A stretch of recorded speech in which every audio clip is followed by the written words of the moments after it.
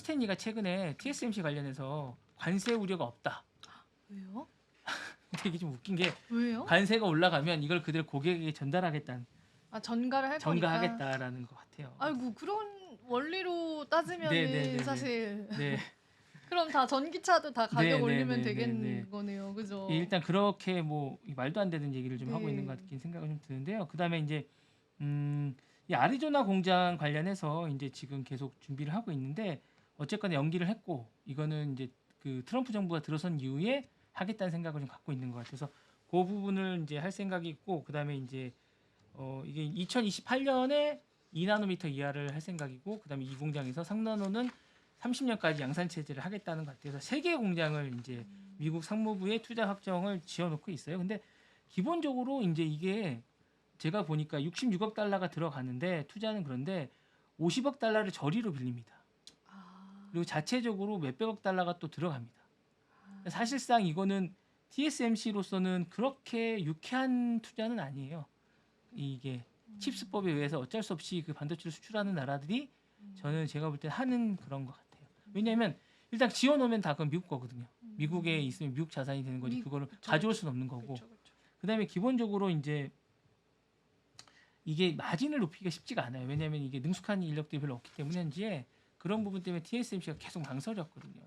이 부분에 대해서 웬만하면 안 지을 수 있으면 안 짓고 싶다는 생각을 계속 했었고 그래서 이제 기본적으로 이제 앞으로 이제 6개 공장 같은 걸 거기다 짓는데 이것들을 차라리 안 짓고 우리나라 그러니까 대만 쪽에 매년 하나씩 짓는 게 어떠냐 이런 제안까지 할 정도로 이제 여러 가지로 좀 고민이 많았던 것 같습니다. 예.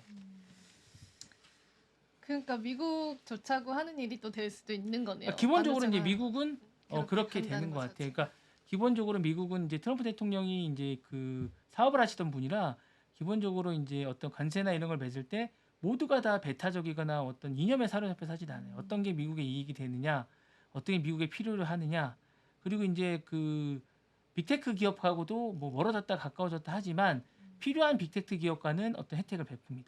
제가 좀 이따 바로 말씀을 드리겠지만 네. 그렇지 않은 기업들하고는 그냥 그러니까 페덱스 같은 경우는 별로 혜택을 주지가 않아요.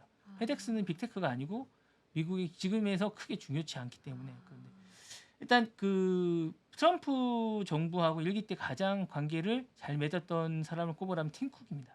팀쿡. 예. 네. 팀 쿡이 사실은 이제 애플이 사실은 보시면 트럼프 정부 때 엄청나게 성장을 했어요.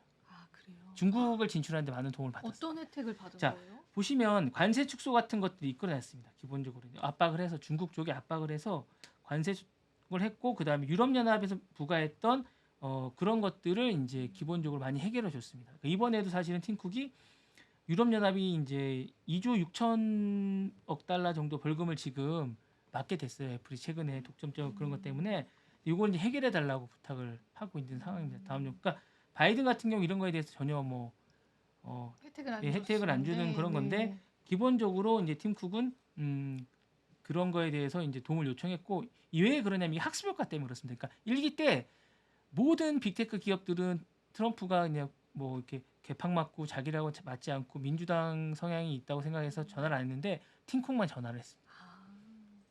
역시. 예, 팀쿡만 전화를 해서 여러 차례 이제 접근 방식으로 해서 이제 감세 정책을 했고 애플이 보유하고 있던 350조의 현금을 낮은 세율로 본국으로 가져올 수 있었어요. 그러니까 보통 이제 중국 같은 데 돈을 빼오려면 되게 힘들거든요. 그렇죠. 근데 그걸 아주 낮게 하고 이제 그런 부분들을 해서 이제 그리고 이제 2019년에는 중국산 제품에 대해서 10% 관세를 이제 때리려고 했어요. 근데 요거를 아이폰이 전자기기에 대해서는 면세를 해달라 해서 받아냈습니다. 그러니까 본인들에게 유리하거나 뭔가 유리하다 생각하면 트럼프는 그렇게 하고요. 이 정도까지 아닙니다. 팀쿡은 또 자기 이제 와이프, 아이 와이프인 제네드 슈크너 부부하고도 이제 친하다고 합니다. 트럼프 부부뿐만 아니라 이런 부분에서 서로 부부들끼리도 뭔가 잘 관계를 맺고 있으면서 정책을 이끌어 나간다고 하는데요. 그렇다고 해서 이제 모든 기업들이 이제 이렇게 접근을 해서 설득을 한다고 설득 당하지는 않습니다. 좀 전에 말씀드린 페덱스는 여러 가지 일들에 대해서 이제 이야기를 했는데 트럼프가 들어주지 않았습니다. 제가 볼 때는 이게 페덱스 같은 기업들은 대체될 수 있고 누구나 그렇게 기업이 자신들이 어떤 정책이나 빅테크가 이제 국가 안보에도 그렇게 중요하지 않다고 생각했던 것 같아요. 단순히 기업의 이익을 위해서는 트럼프 움직이지 않는다. 그러니까 나라의 이익에 도움이 되거나 어떤 세수 확보에 도움이 되거나 빅테크에 도움이 된다고 생각하면 정말로 이게 정말 살림살이를 잘 사는 듯한 느낌이 들어요. 어떻게 보면 미국 입장에서는 참 좋은 거죠. 그래서 되게 그 자국민들이 좋아한다잖아요. 네네. 그러니까 이제 열렬하게. 네, 그러니까 일론 머스크 정책이 이제 바뀔 수 있겠지. 대놓고 이제 일론 머스크가 많은 걸 할 수 있겠지만 팀쿤 같이 이렇게 전략적으로 기업을 직접 CEO가 나서서 자기가 필요한 부분들을 해결해내고 있는 건 정말 좋은 것 같아요.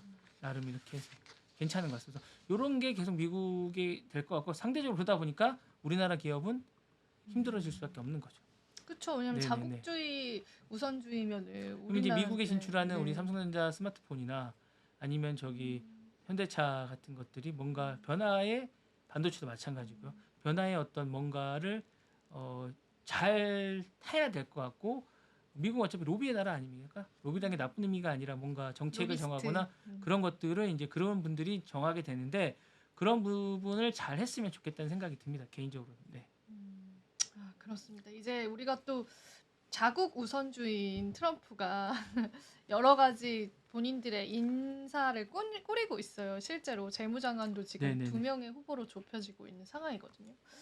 일단 거기에 따라서 어쨌든 트럼프 그리고 그때 본부장이 말씀하셨던 그 성매매 네네. 하셨던 그분 네네. 궁금해서 그 영상 찾아봤는데 되게 강단 있게 생기셨더라고요. 아 그래. 그죠.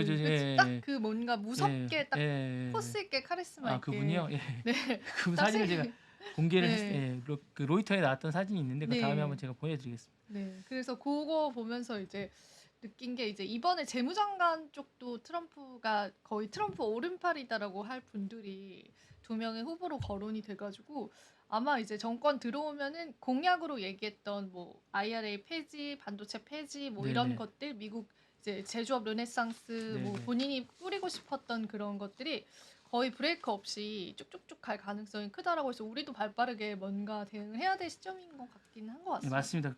그렇게 해야 될 것 같고요. 기본적으로 이제 좀 뭐 많이들 준비하시겠지만 이게 지금 국내 정세가 지금 어수선하다 보니까 많이들 안 하시고 있는데 하긴 해야 될 것 같아요. 저희가 하긴 해야 될 것 같아요. 네, 뭔가 준비를 해서 잘 준비해서 대응을 해야 되지 않을까라는 생각이 듭니다. 지금 바로 구독을 눌러보세요. 실시간 경제 뉴스, 투자 전문가들의 다양한 시황과 정확한 분석, 또 알찬 투자 정보까지 신뢰할 수 있는 저희 서울경제TV와 함께하세요.